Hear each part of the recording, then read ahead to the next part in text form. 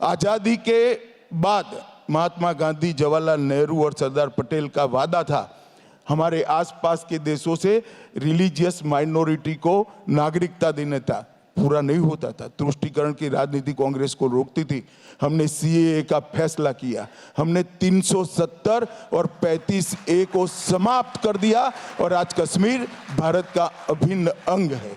इस देश में 2 विधान, 2 प्रधान और 2 निशान नहीं होंगे। हमारा 1950 से आंदोलन चल रहा था, मोदी जी के राज में ये समाप्त हुआ। 30 साल के बाद हम नई शिक्षा नीति लाए। भारत की मिट्टी की सुगंध भी वहाँ है, हमारी संस्कृति का संवर्धन भी है, हमारी भाषाओं का सम्मान भी है और विश्व की सबसे ओपन और आधुनिक एजुकेशन पॉलिसी हम लेकर आए। ये भी एक बहुत बड़ा कठोर फैसला था। 40 साल से देश में महिलाओं के आरक्षण की बात हो रही थी मगर कोई दे नहीं पाता था। नारी शक्ति वंदन अधिनियम ने विधान मंडलों में और संसद में 33% मातृशक्ति को आरक्षण देकर आज उनको नीति निर्माण में सहयोगी बनाने का फैसला किया।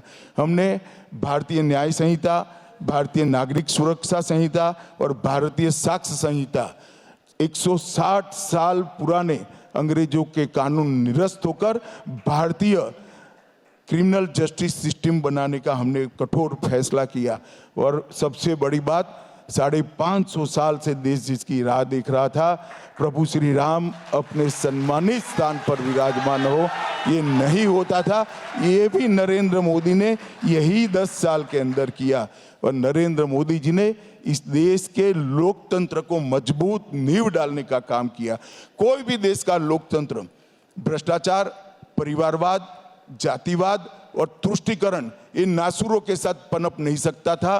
हर हमारा चुनाव ये 4 में से एक किसी न किसी नासूर से ग्रसित था। नरेंद्र मोदी जी ने परिवारवाद, भ्रष्टाचार, जातिवाद और तुष्टीकरण को समाप्त कर पॉलिटिक्स ऑफ परफॉर्मेंस को एस्टैब्लिश किया। जो विकास करेगा, जो देश को सुरक्षित करेगा, जो देश को समृद्ध करेगा, वो ही राज कर। कठोर फैसलों की भरमार है। अब क्या कठोर फैसले, तो समय जो आएगा हम करते जाएंगे। हम राजनीति के अंदर परिणाम की चिंता कर वोट बैंक कर राजनीति नहीं करते हैं। हम देश हित में राजनीति करते हैं। देश के हित में क्या है वो हमारा फैसला होता है, दल के हित में क्या है वो हमारा फैसला नहीं होता है।